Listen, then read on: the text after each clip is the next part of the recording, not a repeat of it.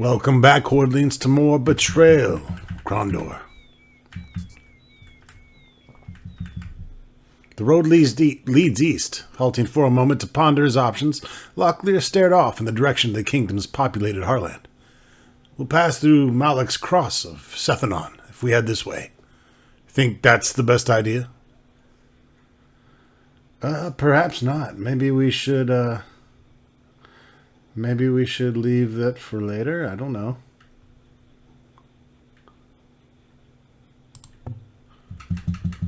I guess let's head to Krondor. I wanted to explore a bit more on this continent. Or this part of the continent, I should say. Let's zoom out here so I can... I can't really show you too much. Not from there. We basically have been exploring this entire section. This little outline that looks kind of like a turd. Krondor, of course, is here. Sarth. And we pretty much started the game up here by Yaban, Lamut. So we've explored all this area here and this coast. But you can also get to Teniers, or however you pronounce that, in Eggley. But it might be giving us a hint to not go there quite yet. I think. I don't know.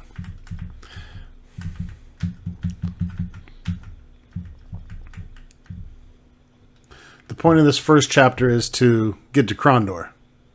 However, we still have some of those questicles that we need to complete.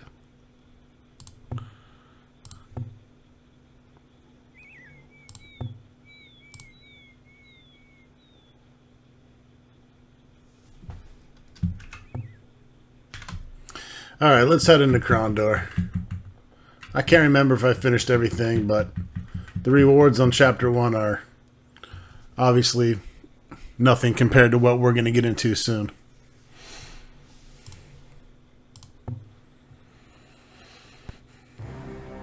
Gulls wheeled in the skies over the capital of the Western Realm, weaving daring circles about the parapets of the palace, narrowly avoiding the prince's standards which fluttered in the salty breeze. Below, the city folk of Krondor took little notice of the majestic display as they hurried about their own affairs. You said, fuck that place. I didn't mean to exit the goddamn city. Man, I was really flowing there. Gulls wheeled in the skies over the capital. Just kidding. So yeah, you don't get to really walk around even the big-ass Krondor. We have our shop, which we need to go there. Gorath snorted. The market district in Krondor? He said, containing his amusement. Why don't we just take all our possessions and give them away instead? The mockers are thick as porridge in there, and the local merchants hike up prices accordingly. We'd better be off buying outside of the city. You know what? Don't be such a negative Nancy. Oh, I'm trying to sell shit. I'm trying to sell their shit back to them. Alright. Yeah, I guess we can go ahead. Let's just do this. We're going to repair some armor and sell it. What the hell are you talking about? What kind of shop is this? Do you buy crossbows? Do you buy magical wands? No, you're not getting that.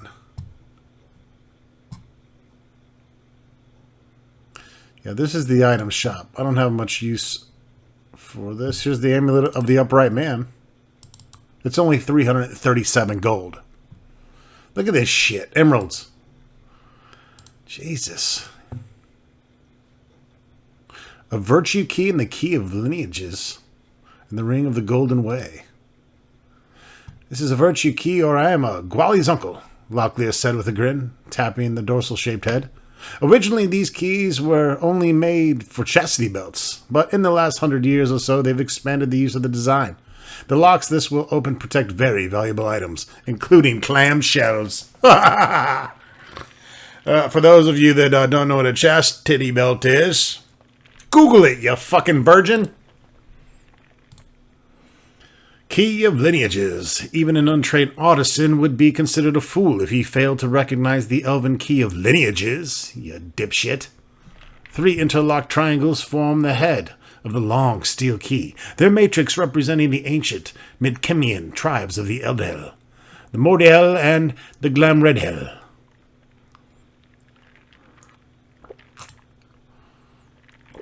You guys just listening to me butcher all these fucking words. The ring was simple, unadorned band of gold which fit awkwardly on his finger. Worth only a small crafter's fee, and the gold was used in its forging. The ring was still charming in its own humble way. What mystified him was the peculiar way it warmed when someone moved near him. Ring of the Golden Way. Let's go ahead and take a little gander at what that possibly might be.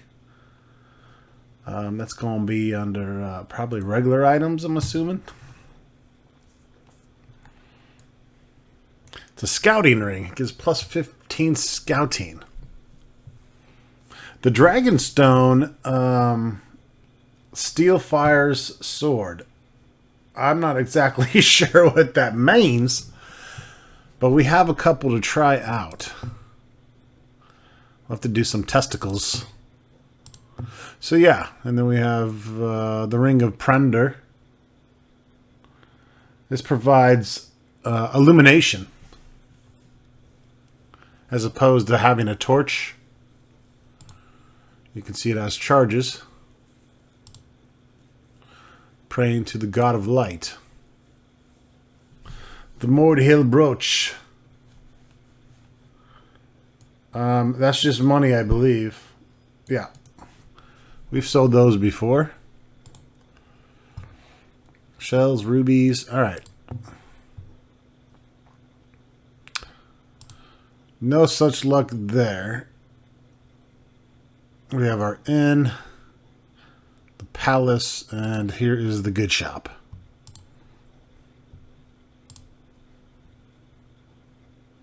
Ooh, Serrani quail. Look at this. Eucalyptus armor. Ulilico armor. Commissioned by Earl Kasumi for his La Mission soldiers. The design was a Serrani improvement over Kingdom armor. Where rigid steel plates had been traditionally riveted, the armor crafter Ulilico, he must have been from fucking Hawaii, had used instead flexible lengths of horn, which would allow the armor to fold without being punctured. But is it dope? I'm not going to pay for that because I'm going to kill someone and take it off of them. We are rocking elven armor anyhow. Ooh, look at the Grey Tower plate. That's some lug-lug shit. Even in its advanced state of deterioration, the dwarven armor was worth 2 suits of standard plate. Reddish-brown scales of rust pocketed its ancient size, but its original making had rendered it so lifelike it appeared not like a corrupted metal breastplate, but instead a cancerous human torso. I like that description. Alright, anyways, we're here to take your money, so buy my shit. And I really don't care how much money you give me for it. Let's go ahead and... This is my crafter dude, right? Yep, so we're going to go... Boom shakalaka, boom shakalaka. A little annoying you have to do this, but... Welcome to old school RPGs. 6, 17, 15...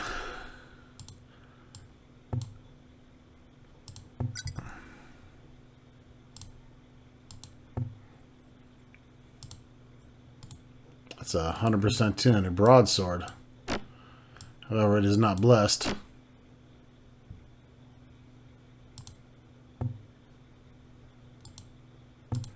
I don't know why Krondor's got me so choppy. Surrounding light crossbow.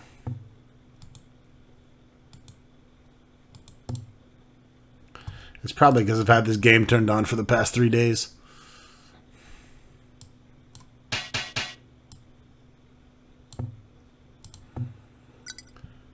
I'll take whatever. I'm not going to sell my blessed shit. Forget about it.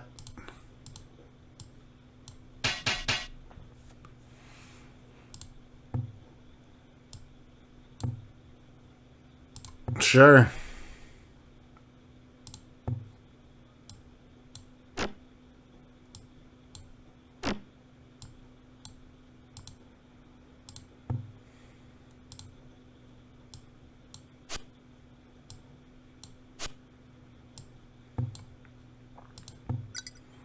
You gotta get that dollar.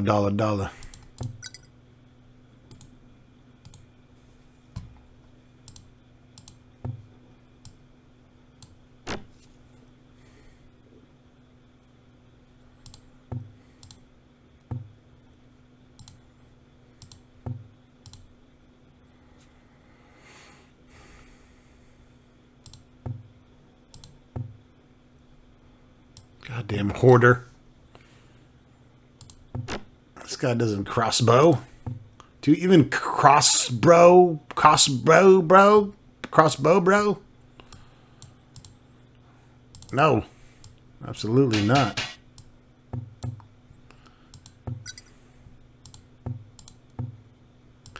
Yeah, we need to repair your shit there, buddy.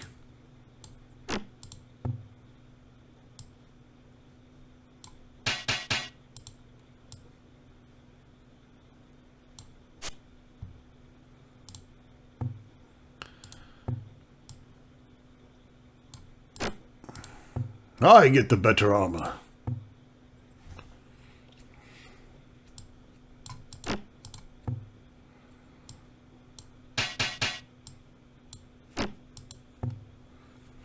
All right, keeping our shit top notch.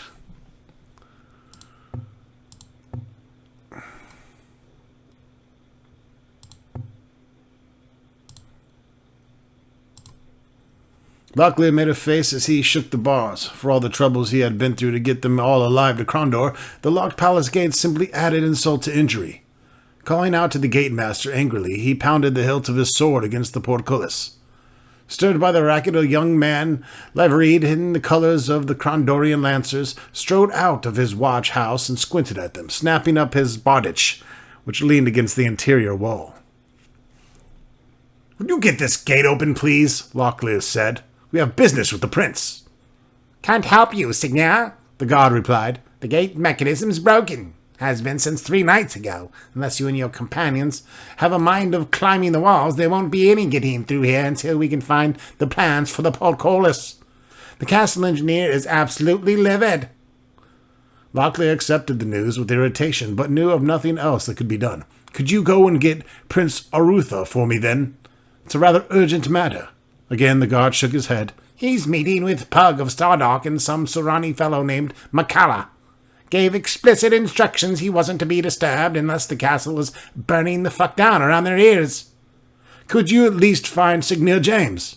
The guard cut him off with a shake of his shaggy head. "Been missing for 2 days. No one knows where he's off to, but you know how James can be." Locklear added, "All too well. My pump of trouble tells me he's looking for whoever sabotaged the gate." "Sabotaged?" The guard looked puzzled, as if the thought hadn't occurred to him. "Why would anyone do that?" "I'm not sure, but if the thought occurs to me, I can guarantee that it has occurred to Signor James." Resheathing his sword, Locklear bid the guard farewell, and motioned for his companions to follow him. "I have a feeling the only way to solve both our problems is by going through the sewers that led beneath the city," Locklear whispered. "Hurrying them past the northern gate, there is a secret passage that will lead us into the palace. And I also suspect that we may bump into Signor James down there as well."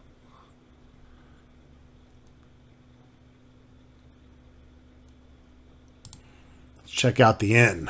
Unaware until he stepped into the room that he had been chilled, Locklear was glad to have the solid oaken door of the rooms closed behind him. Others within seemed likewise contented as they chatted quietly among themselves, taking little notice to the new arrivals. Locklear motioned to the figure across the room. The man walked over to join them. He stood before them, eyebrows arched inquisitively. "Signor Locklear, good to see you. Interesting news. "Vivek, you old rascal. Got your ears to the grapevine again, eh? What is it this time?" "I've been to see Nia at the Six Toe near Sethanon. I can't really talk about it right now. Why don't you come back later and see me?" "We will, good friend. Take care." Locklear cleared his throat. Glancing up from the business of cleaning his fingernails with a boot knife, the man regarded them frostily, motioning with the tip of his knife for them to quickly make their business known. That's a very nice knife. Keshian, isn't it? Locklear commented carefully. Where did you chance to purchase it? The man smiled, showing uneven brown teeth. Who said I bought it? Ah, Gorath said, taking hold of Owen's shirt sleeve. Well, I think my companion here promised me a drink before we came in, and I think it's well nigh time I collected on it. Good day to you. Perhaps we can speak again. The innkeeper looks like a rogue about to stab a bitch with a sword. No, I am not going to sleep with you looking like that. And this hoe has the food.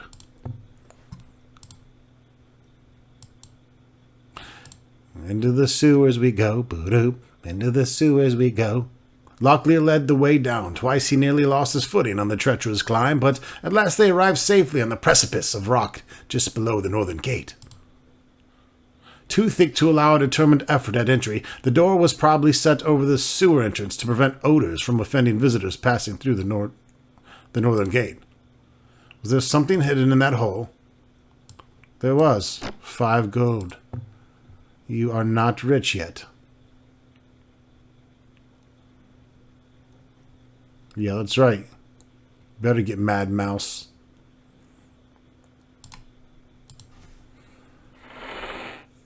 Locklear pulled the door open. Immediately he was overwhelmed by the stench of the sewers and looked back to Gorath for his advice.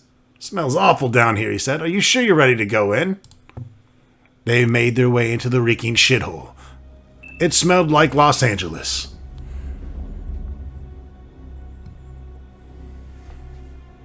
Gorath's abilities have increased. You're goddamn right they have. Weapon craft and armor craft, baby.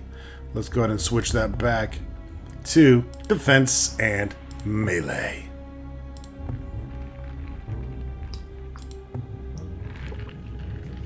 Alright, what do we got going on down here? First question, can we see a damn thing? The answer is not really.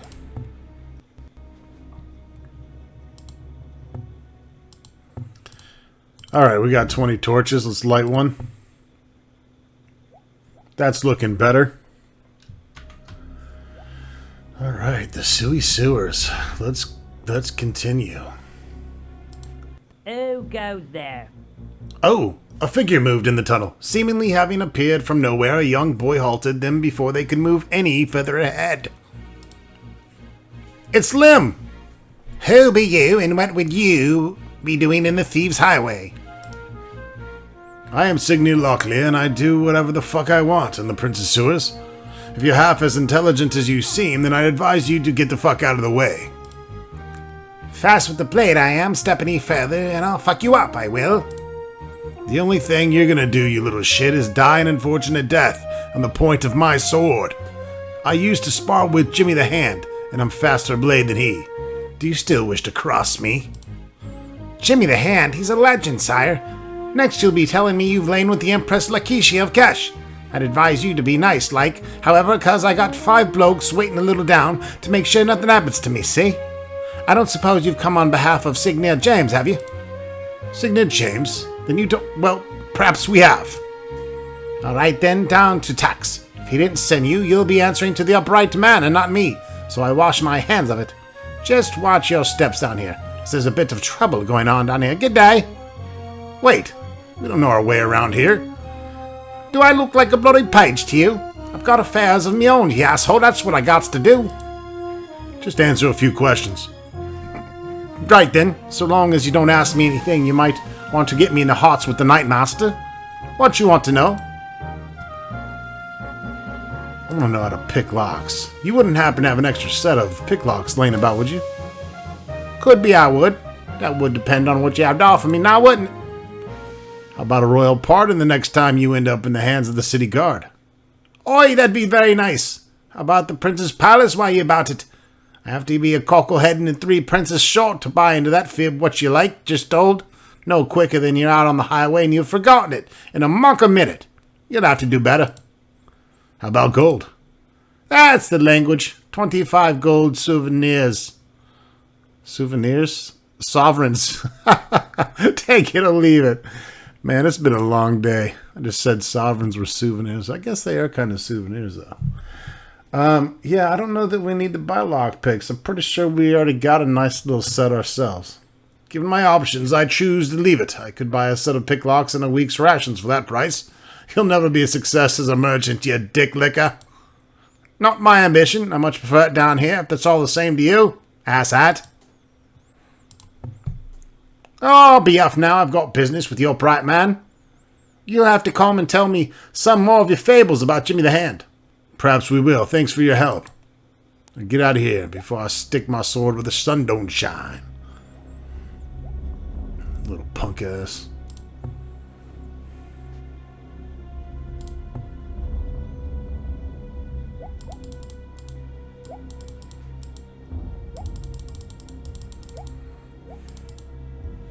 I like using the keyboard better, I think.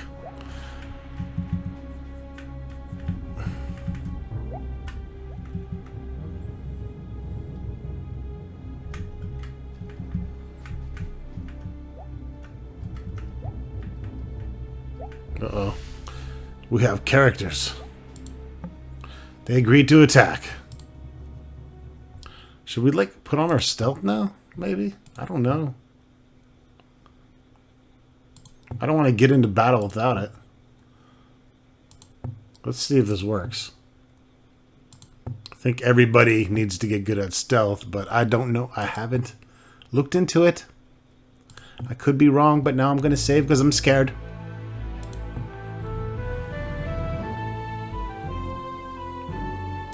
I think it's safe to save here. We should make a couple sewer saves, though.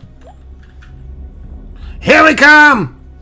A group shambled towards them, worshippers of Gwissa, the red-jawed hunter. The group moved in a disorderly clump, the hollows underneath their vacant eyes adorned with blood-colored whirls of pigment. Displaying a three-fingered hand, a ritual mutilation of the priestly caste, a large figure rasped, "Today, Gwissa ordains that you shall be his prey." Alright. These pixelated motherfuckers are talking trash, everyone.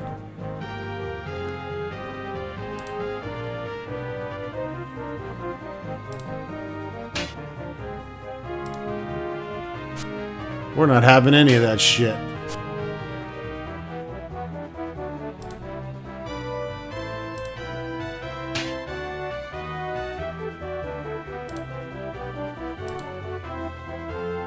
Come on, hit him, Gorath!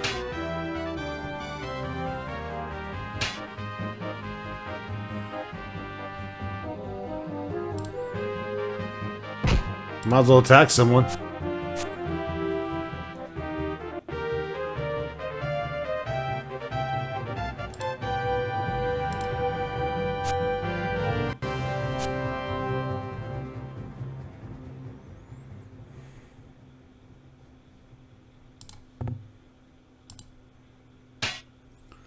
Now I lay me down to sleep.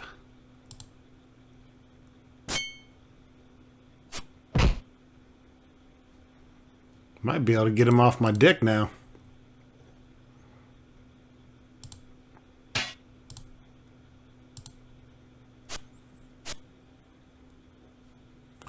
Now we're talking.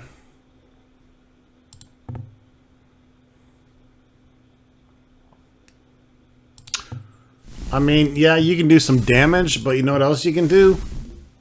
Blind them so they can't hit with their shit, which is way more beneficial to your characters.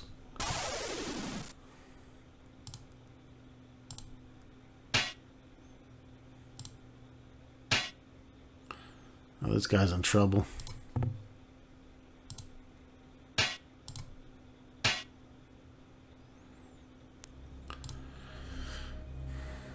The party's defense has increased. Yes, but what about our stealthiness? How stealthy were we?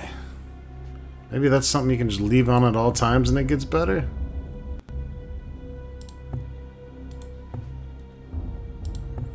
Let's leave it on for a little bit, see what happens.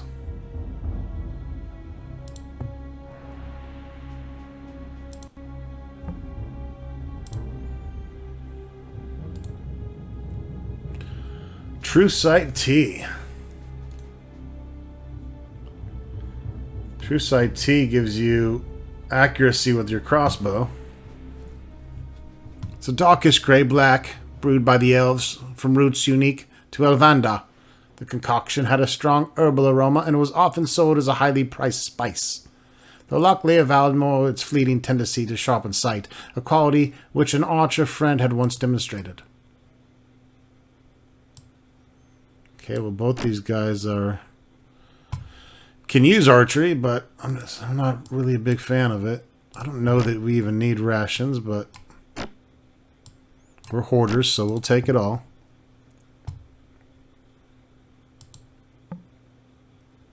Ooh, it's a fancy looking potion of flame root oil. I don't think we want to drink that.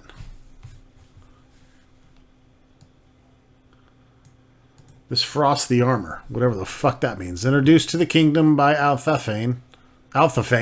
After several soldiers had been injured by frost-bladed weapons, the viscous oil could be bought as a protective coating for the armor. Any frost-bladed weapon that came into contact with the brown fluid would instantly return to a normal temperature. Alright. So defense against frost-bladed weapons. Sure.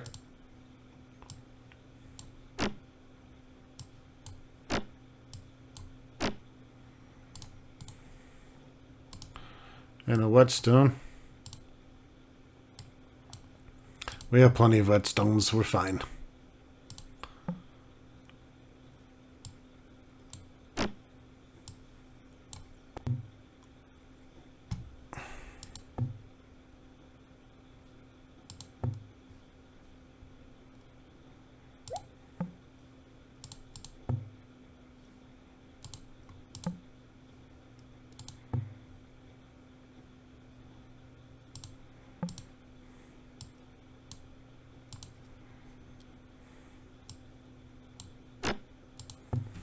Probably gonna find much better shit.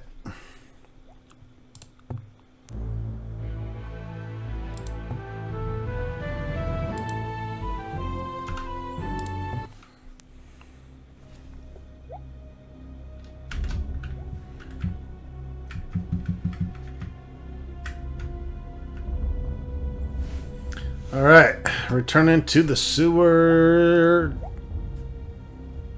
Let's head. Let's go back this direction, back to the main part that we started out in.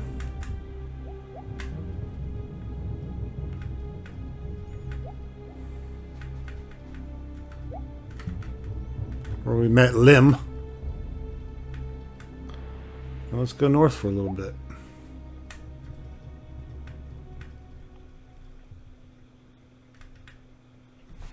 We have some more chaps over here.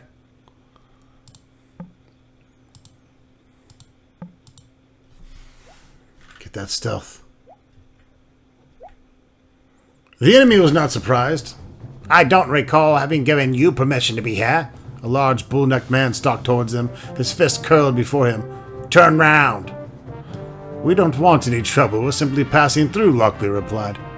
Immediately the man turned and snapped his fingers, and moments later, the battle was joined. Him and the guy that was giving him a blowjob.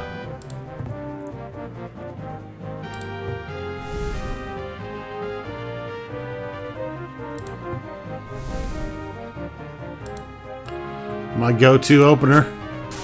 You can't see!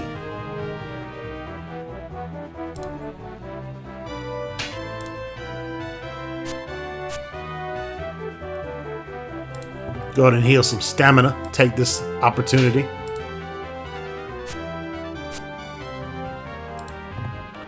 Korath, you need to work on your weapon skills, baby.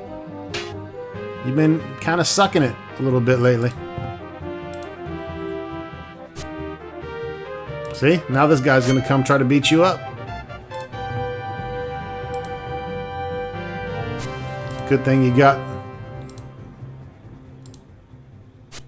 Locklear. Oh, even Owen got the first dibs.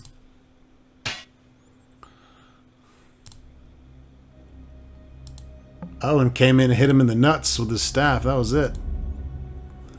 Silverthorn. Gorath was careful as he held it up, knowing a single scratch from its silvery thorns could kill. Corpulent red berries dangled like dingleberries from the plant's rose-like stem, each bud heavy with deadly poison. If crushed over a blade or an arrow, the silver thorn would make any cut made with the weapon far more lethal. Silverthorn. Let me look up this bad mamma jamma. Oh yeah. This says, oh. Ooh, it poisons the weapon. But for how long?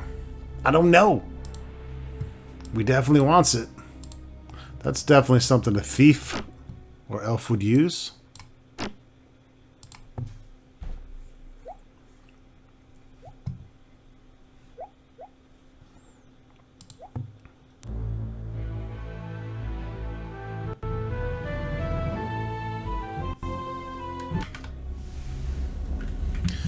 Do a quick little save there. Oh.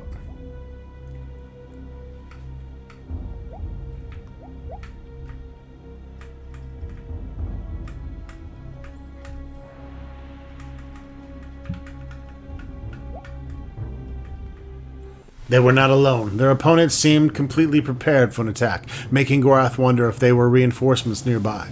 And in any event, judging by their posture, he guessed they were well trained. Oh shit.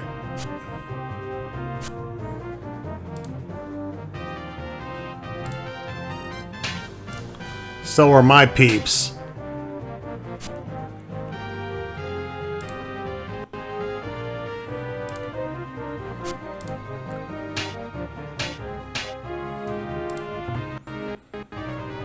God, I don't know why this is all of a sudden lagging. Like I said, I had it on for a while. Probably could use a little reboot. Alright, let's hope we can blind these bastards. Alright, that's alright. Doesn't look like they're too strong.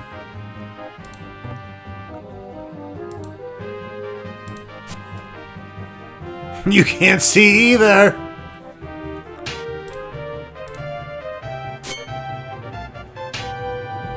That guy can still see, apparently.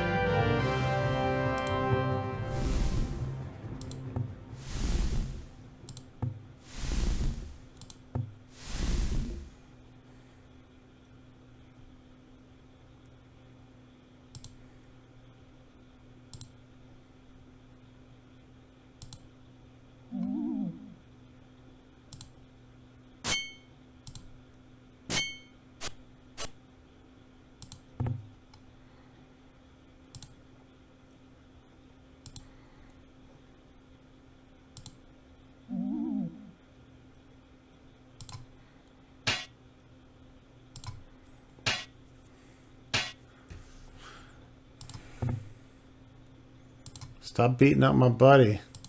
I'm out of stamina. I'm gonna actually save it. You're just gonna have to get wounded there, buddy.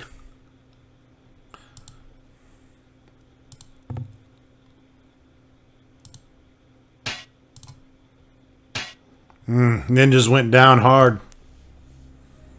Ninjas went down. The party's abilities have increased. Alright, let's see if stealth's gone up. Negative. Strength.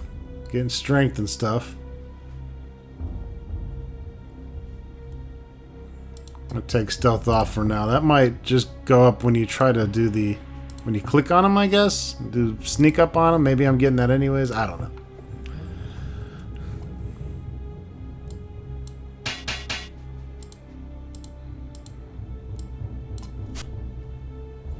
I don't feel like highlighting my sword every time I want to do a quick repair either.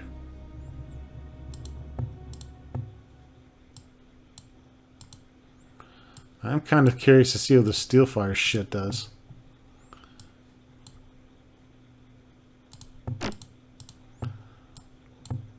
Let's trade real quick.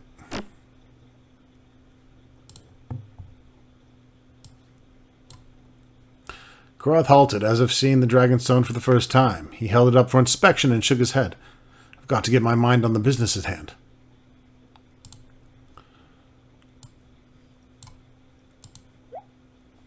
Oh. That's an armor buff. Steel fired. Maybe resistance against fire? I don't know.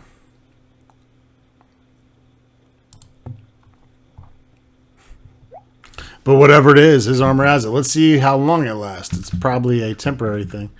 No bodies?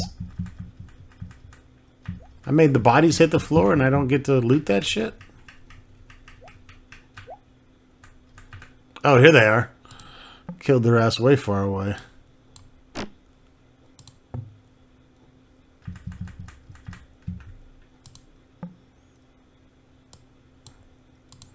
Oh, that's some money. We want that. Could actually use some repair hammers, probably.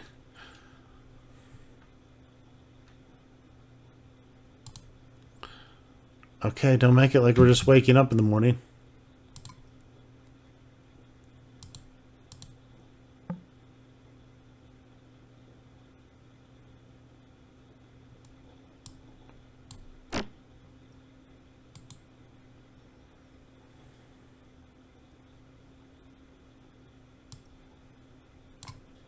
What in the fuck? You will take that bag.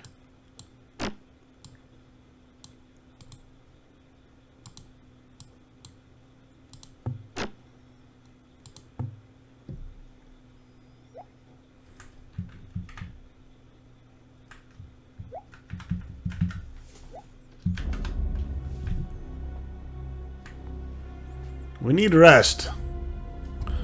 Oh, fine.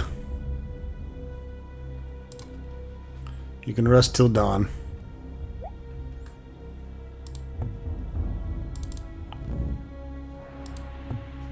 Enchantment's still there. It's been several hours. It might be like the bless and last.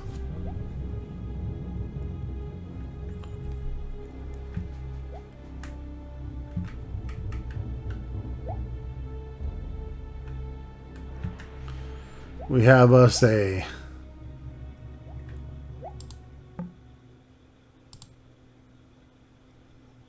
box with some rope. Okay.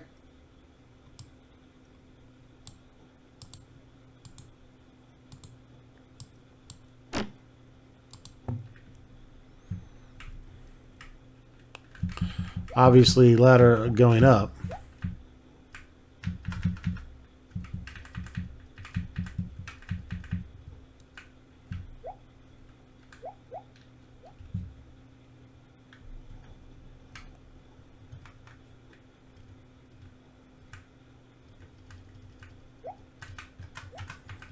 We have a body over here.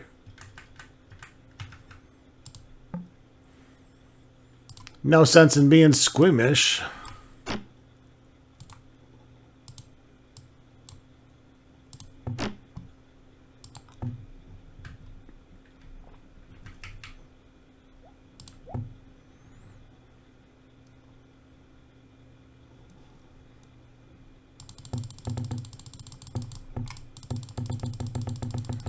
Zoom out. Zoom out. Thank you, sir.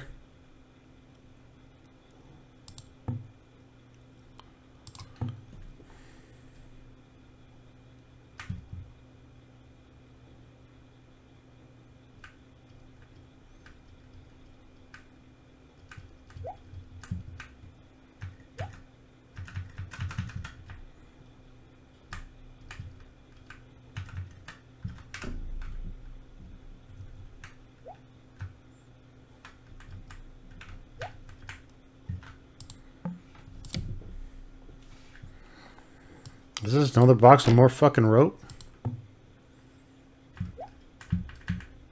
Someone whistled. Turning around, Locklear felt a stone sink in his gullet, fearing that they had left themselves open to attack by yet another band of Nighthawks. To his great surprise, however, a familiar friend stepped from the shadows. By the 12 gods, Locklear, your hair! It's just like you, Jimmy. I haven't seen you in 7 months. Then I rescued you from a band of Nighthawks, and the first thing you want to talk about is my bloody change of hair color? What is going on around here? The front gates are smashed, and there are Nighthawks loose in the sewers. Not Nighthawks, imposters! Someone's been trying to convince Prince Arutha that the Guild of Death has re-established operations here in Krondor, and is using the sewers as their hideout, hoping that Lancers will come down and clean out this place. In doing so, I think whoever is running this game hopes that the Lancers will root out the mockers while they are at it. What? Take out a Guild of Thieves? Doesn't seem likely from all the things you've told me from your days as a mocker. More to the point, we know now a few of the Nighthawks escaped to Romney when we smashed them up after that affair with Princess Anita. They certainly won't dare tread Krondor's streets for a while yet. I've been tracking around down here trying to find out more when I ran into these fellows. So why have you come back so soon to Krondor, Lockie? I thought you were going to be gone another 4 months or so. I've got bad news from the Northlands. Looks like their Dark Brothers are stirring again. They raised Muramrin battle standards over Sargoth, and there's a Mordahill army gathering to attack the kingdom. This Mordahill used to be one of the clan's chieftains, something of a hero during the Rift War, against the Surani too. I thought Prince Arutha would be interested in talking to him.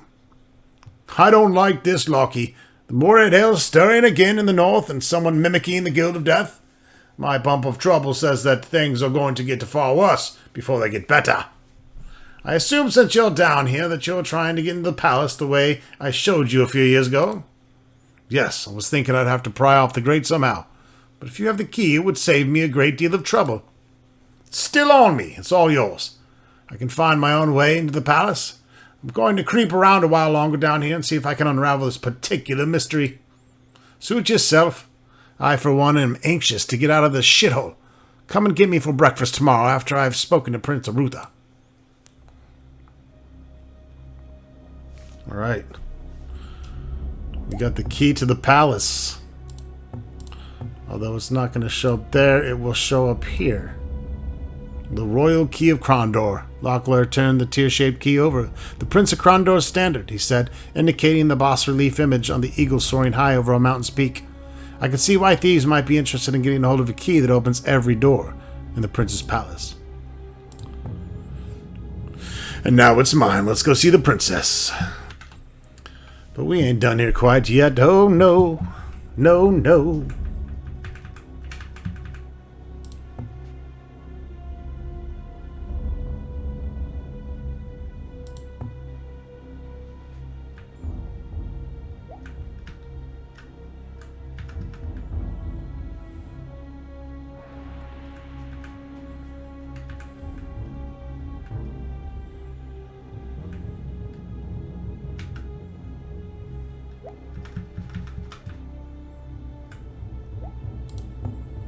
I'm so used to playing Elvira and not having a fucking auto map. Treachery and doom.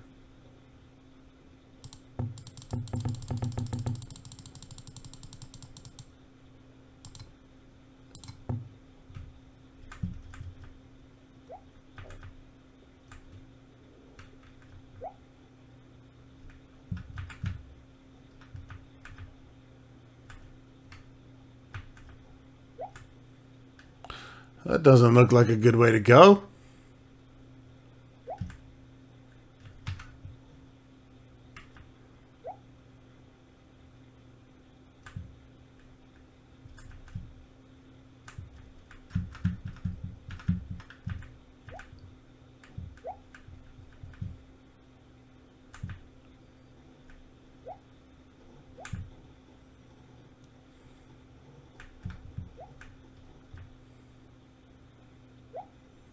I love that it auto turns for me.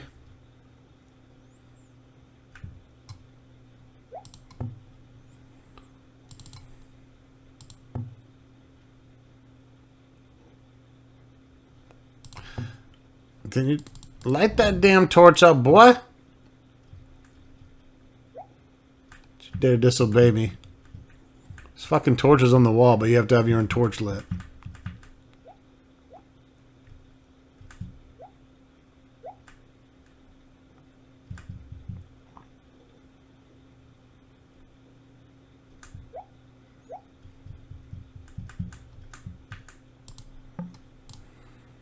It's a box with some shells. Somebody's got room for shells. You better make room for shells. How many shells we talking? 81? An 81 and a 73. I don't know if that's good.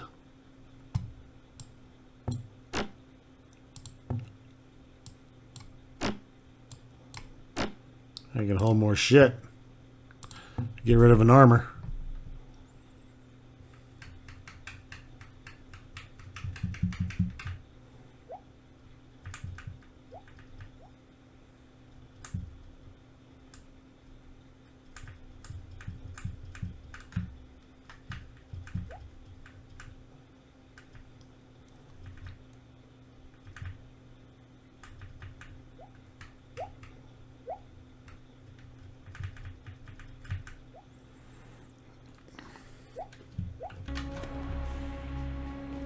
Alright, I don't trust this chest, so we're going to cast Scent of Sarig on it. Owen grabbed Gor's shoulder. Startled by the sudden movement, Gor halted and gazed up at his companion. What's wrong? The chest, Owen replied. Give me a moment. Concentrating his thoughts, another scene overlaid the one already before him. Different only in the fact that it included a man kneeling before the box, a skin and a patha in his hand. It's trapped, Owen replied, dazed by the effects of the spell. Someone's rigged it. Yes, we want to try to deactivate it. And it was deactivated. And then we took all the money.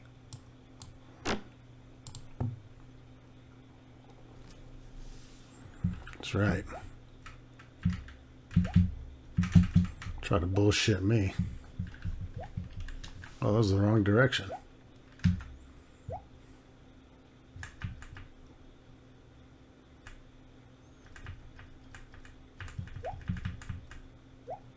Hey-o!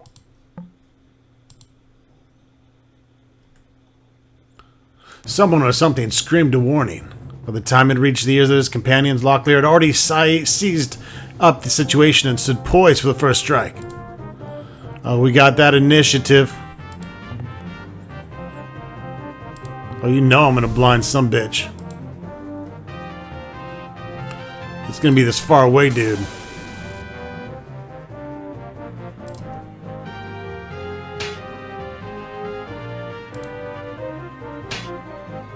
Oh, he's jealous. He's jealous of Owen's big penis. This means he's gonna go down for his jealousy. Oh! Owen got shot in the dick. Goes into defense mode.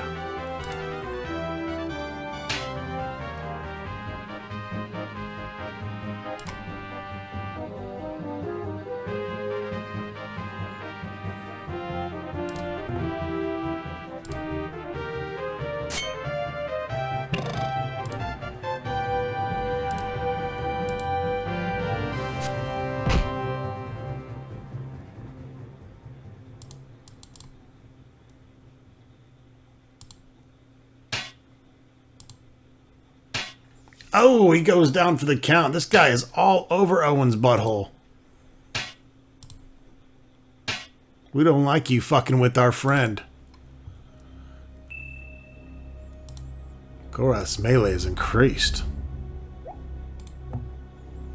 Don't fuck with my melee, people.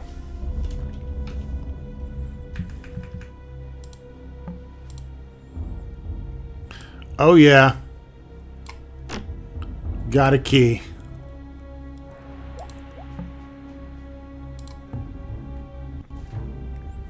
Fade to black.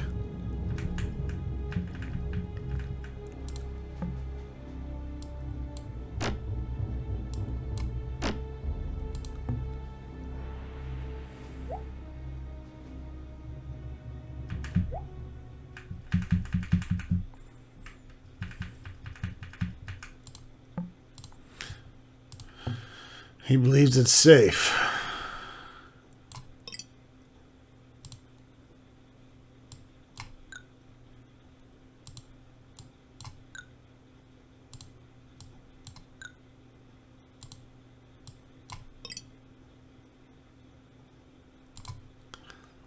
Well, that's bullshit. I just picked that damn key up.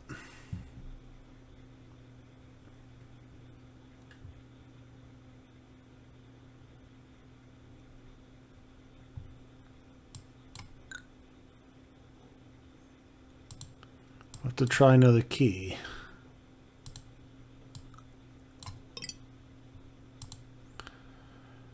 Alright, well,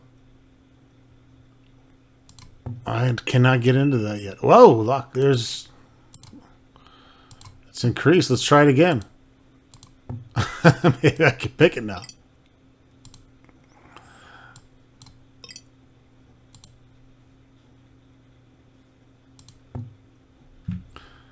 Alright, remember we have a locked chest down here.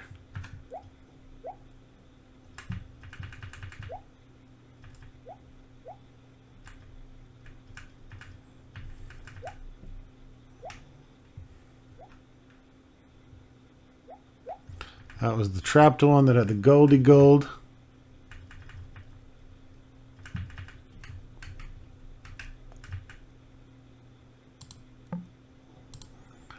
We got some people blocking our exit, folks.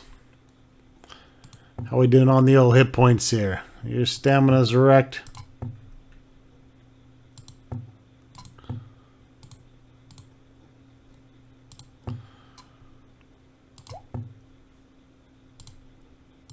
Go ahead and suck on one of these.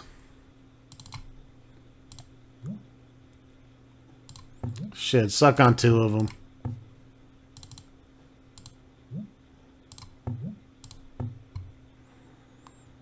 Give us a little stamina to start the situation. Charge! Shit, they weren't surprised.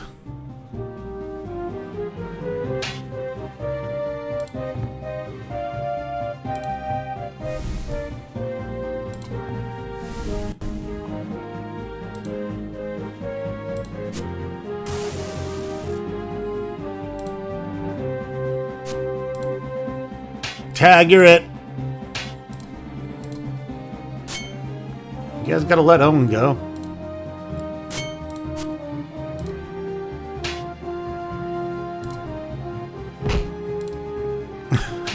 Owen wanted to get his lick in.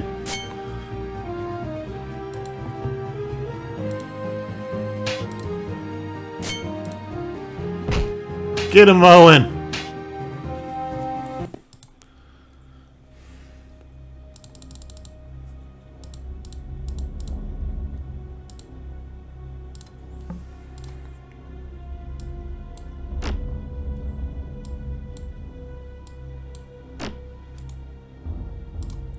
Be good on that spoiled food.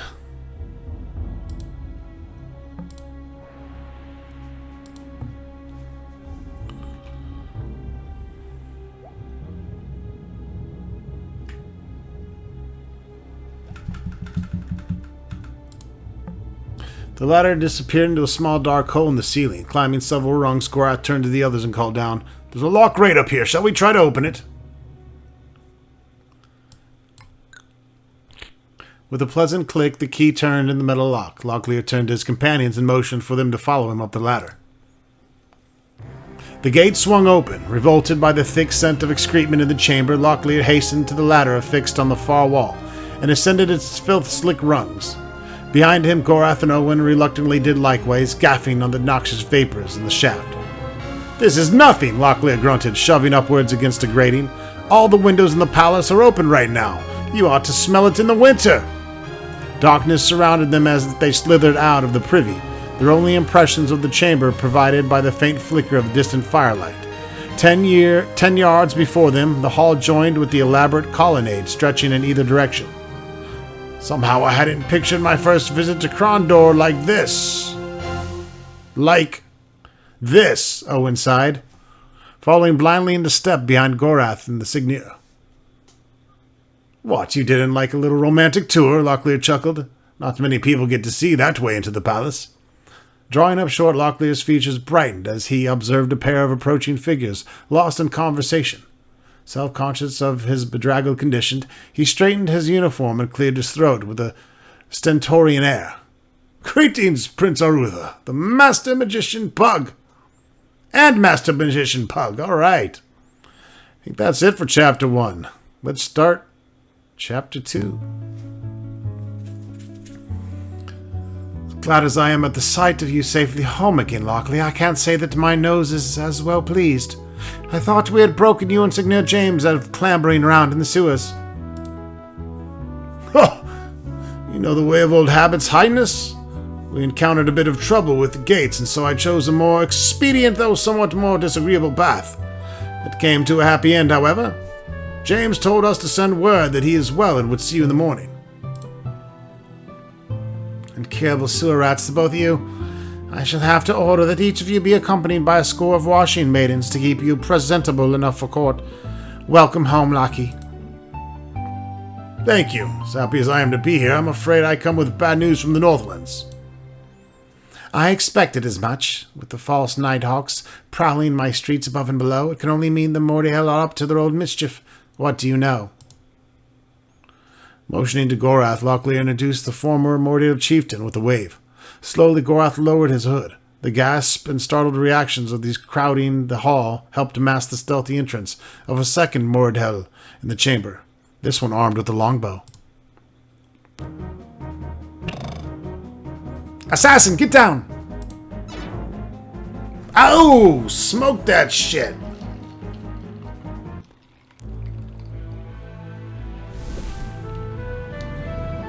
And thus begins Chapter 2, Shadow of the Nighthawks. A whisper led him through madness. He stumbled forward with unfamiliar feet 10 times too small to belong to a warrior. There were lights on the hills around him, fires, voices shouting through a downpour of sloshing hoofbeats. He reached for his sword, then remembered that he hadn't a sword that night. He had only been a boy of 12 midsummers, only a boy, and yet he had led the ragged remains of his father's tribe. Who leads this Mordhell? The whispering voice insisted in his head. I must see more.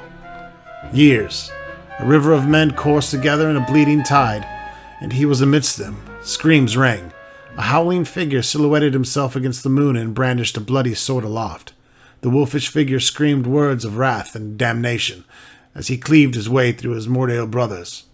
He was Delacan, former general of the Myrmandamus, leader of the unified tribes of the Northlands. And he was the enemy. Gorath! The memory detonated into a million fading thoughts, each fleeing after the faint echoes of a weak whisper. Before him now there was a new image, the face of a fair young girl whose pale blue eyes watched him with wary interest.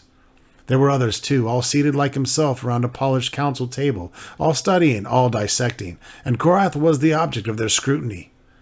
I cannot find the truth, my prince, the tired girl whispered, finally, quietly. His mind is chaotic. I find images, but I cannot hold them long enough to understand. Narrowing his dark eyes, Prince Arutha glared at Gorath. He hides his thoughts. Gorath is Moradhil. Pug quickly interceded for his exhausted daughter. Even with Gamina's exceptional talent for sensing thoughts, his mind may have many innate psychic defenses. I may need to send for one of my advanced students. No need to disturb the studies, Master Magician Pug. The Moradhil speaks truly. Council members exchanged surprised glances, then turned their attention to the aged magician sitting next to Pug. Lowering their eyes, the man made a dismissive gesture. Forgive me, I do not mean to presume, but I have looked into his mind as well. Macaulay continued. War in the kingdom would have many wide-ranging effects, not the least of which could lead to a disruption of trade between our two worlds. My Emperor Sunara Manami would be most displeased if our rift-making secrets were seized by barbarians in warfare. Gorath glowered at the surrounding magician. He's both. He plays guitar, too. Trading agreements notwithstanding, the Moradhil watched your border Nighthawks spy on your imperial cousins, and before the snows there shall be an army coming to the kingdom. Heed my words, Prince of Krondor. You must prepare your troops. Anger flashed in the thunderheads of Arutha's eyes as he rose to his feet. What I must or must not do will not be dictated by a dissident Moradhil. If not for Locklear's good faith in you, I would have your head staked on a pale and paraded up and down the low quarters of Krondor once I saw you. I have been tolerant while I listen to your vague speculations about incidental half-heard conversations. But how am I to believe what you say? What evidence have you laid before this council to prove what Delacan intends to do? What evidence? I bear the humiliation of betraying my vow as a murder and the indignity of surrendering to a sworn enemy. Why betray Delacan to the kingdom of the Isles? Of what benefit is it to you to snare him? He's the leader in name only. However bitter a drought Delacan might be for your kith and kin to drink, magician, his rule is black poison in the gullets of me and mine. Already he enslaves my cousins and rapes the land. Well, that's better than raping your cousins and whatever. Could be worse. Bloody his nose, Prince of Krondor. Blunt his swords, and the unified tribes will cast him down in wrath. Let him cross your northern border, however, and 10 other clans will join their strength to his, and the legacy of the Myrmandamus will be but a spark next to his glory. Where would you have me send my troops? If indeed he intends to strike against one of the northernmost possessions, which castle shall I garrison for the attack? High Castle? Iron Pass? North Warden? If I'm to fight a war by my teeth, tell me where'd you have me fight it? Would that I could tell you. Delacan holds in good confidence only a handful of cowering dogs, and among them only a few are privy to his war plans. His private councils are restricted to choice individuals, his advisors Narab and Nago, his mistress Laylan, his son Moruf, and Nighthawks. He keeps foul company, that leader of yours. Your Highness, you give me leave, I believe I can find evidence of Delacan's intent. I will need someone to accompany me to Romney and supplies for my journey and a small parcel of gold. Romney? What do you think you can find in a provincial river town in the heart of the kingdom? I aim to catch a bird in flight. Of late, Delacan has emptied a good deal of his treasury to revive the service of the Nighthawks. In exchange, he's demanded tactical information about kingdom holdings. He's turned the Guild of Assassins into a guild of spies? Only for a time, although the payments have been left in various hidden locales, and messengers were always sent. The messengers were always sent to the rendezvous in Romney. If I go there, I might be able to intercept information concerning a forthcoming attack. Would such evidence suffice? Perhaps. Damn me, but I don't trust you, Gorath. How do I know that this isn't a plot of yours? We can weigh the evidence to our heart's content, and your cousins could be slitting the throats of my serfs as we are sit waddling. Go to Romney, but you'll provide for yourself. If this is part of some secret Morid-held scheme, I've not looked a fool before the world. Pug, unroll the map for me. The scroll smelled of dust. Scrawled in chicken scratches and spider tracks, tiny lines staggered across the moth-eaten paper, indicating the paths that were major roads within the kingdom. Pointer in hand, Arutha bent over the map and pointed to a large black dot. We are here in Krondor. At dawn tomorrow you will leave through the main gate and rendezvous with your escort, Signor James. I know you might have preferred Lockley's company, but he has business elsewhere. You will head to Romney, providing one of the Delacan's assassins doesn't slit your throat first. You should reach the Ursine Ford within the month. In Romney, you will join a special detachment of King Liam's soldiers staying at the Black Sheep Tavern. They may be of service to you. Nodding, Gorath took in Arutha's advice, listening studiously as the prince reviewed the details. If you find the evidence, I will act only when James has conveyed the information to me. Is that clear? Only when I receive James's word. Until then, I wait. Understood, Gorath replied. Good, Arutha replied, slapping the surface of the table with his palm. Looking around the council chamber, he noted the worried expression of all who sat around the map. Why don't you let Gamina and Makala show you around Krondor? I have a few things I need to consider alone. Reading the offer as a polite dismissal, the worn council members began to file out of the door, most glad to be on their feet again following the grueling session. As Pug passed by, however, Arutha snagged his sleeve and drew him back to the table. If you don't mind, I would have your counsel, Cousin Pug. Certainly, Pug replied, resuming his seat. I am all attention.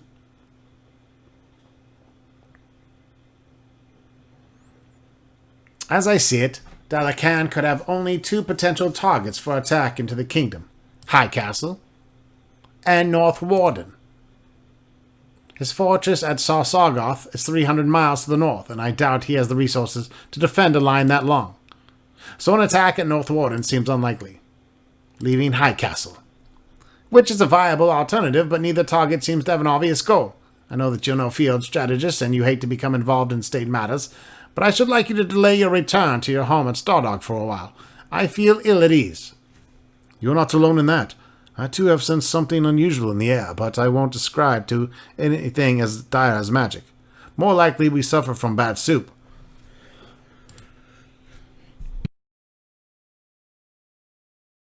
I will call upon the militia reserves from Malek's Cross, Darkmoor and Lighton, and join them to the detachment of the Krondorian Lancers, just outside of Dimwood. James will send word to me there. What of the garrison? I will remain in place. It will remain in place. I have considered the option of a full push south, and it seems unlikely, but I will give Delacan nothing. Our agreement remains. Now we wait. Gods help Gorath if he betrays us to that Morid hell.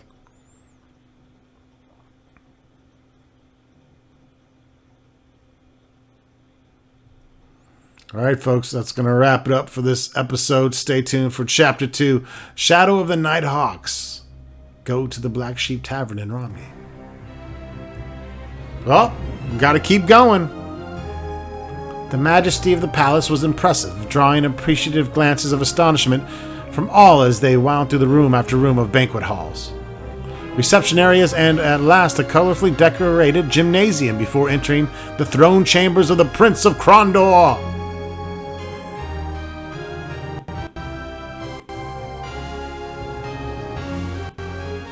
Wait, that's the Prince of Krondor?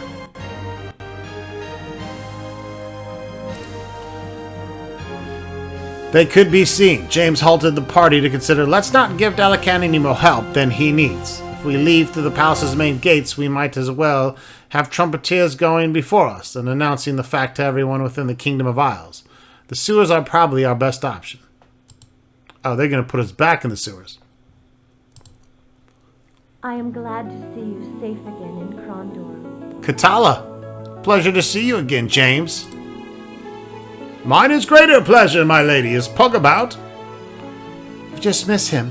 He and Mikala went off to discuss magic someplace, and I know my husband. That means I won't see him for a few days. Even on holiday, he can't seem to take his mind away from the art for long. In many ways, he and the prince are much alike. Where is Aruth, anyways? Out with his twins. And the Princess Anita. It seems your famed luck is running thin today. Quite the contrary, for I still have your company, if I may have a moment. As much time as you need. What may I do for you? So, when do I get to meet this stunning daughter of yours? I've heard quite a bit about Gamina, but I've been too busy to make the time to meet her. I imagine you'll see her as soon as I do. She's more than likely trailing Pug and Mikala about the palace. Any opportunity to hear her father discuss magic, and she's immediately at the side. Then, too, it may be she's hiding away from Arutha's twins. She's not quite interested in boys yet. Do you have any magic supplies, bitch? I know that quite a few of the artificers in Stardock have begun exporting their goods from the Academy. The most notable one that's close is a little place called Stardock Annex at the Abbey of Ishap in Sarth. Officially, they have no ties with the Academy, but there's not much we can do to keep them from using the name. There's also a fellow by the name of Deba, who buys from us, but he lives a long distance from here, out north of Romney, if I recall. Mitt Romney? Hell no, I'm not going there.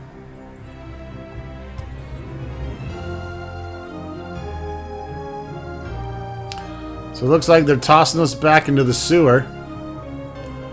This room was cramped. Loki, Loki, Loki! James muttered, looking through Signir's personal effects piled in disorganized heaps.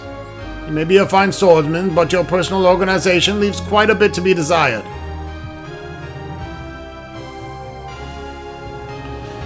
Ah, so I guess since we only got Locklear now...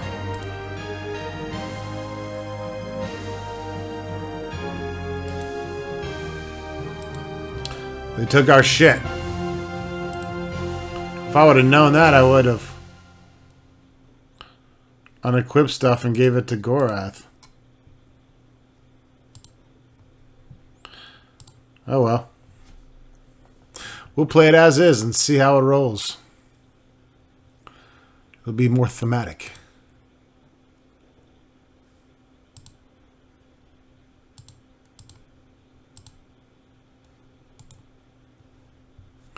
Oh, this guy's good at stuff. I mean, not as good as our other guys, but...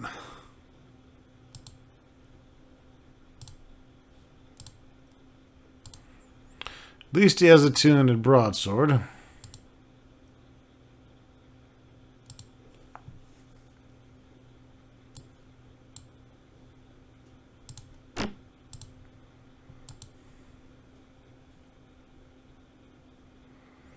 And at least we kept all our gold.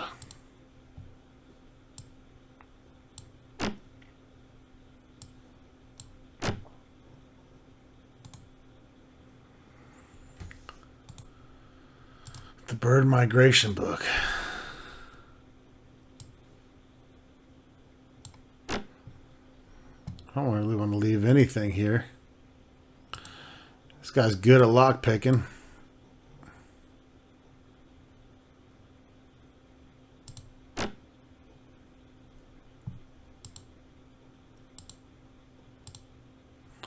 Oh, there's all the good shit. They did give it all up, huh?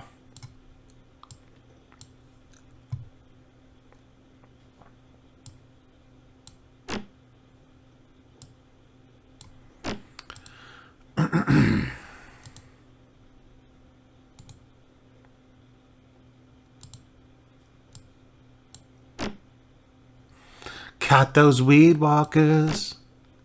Weed walking.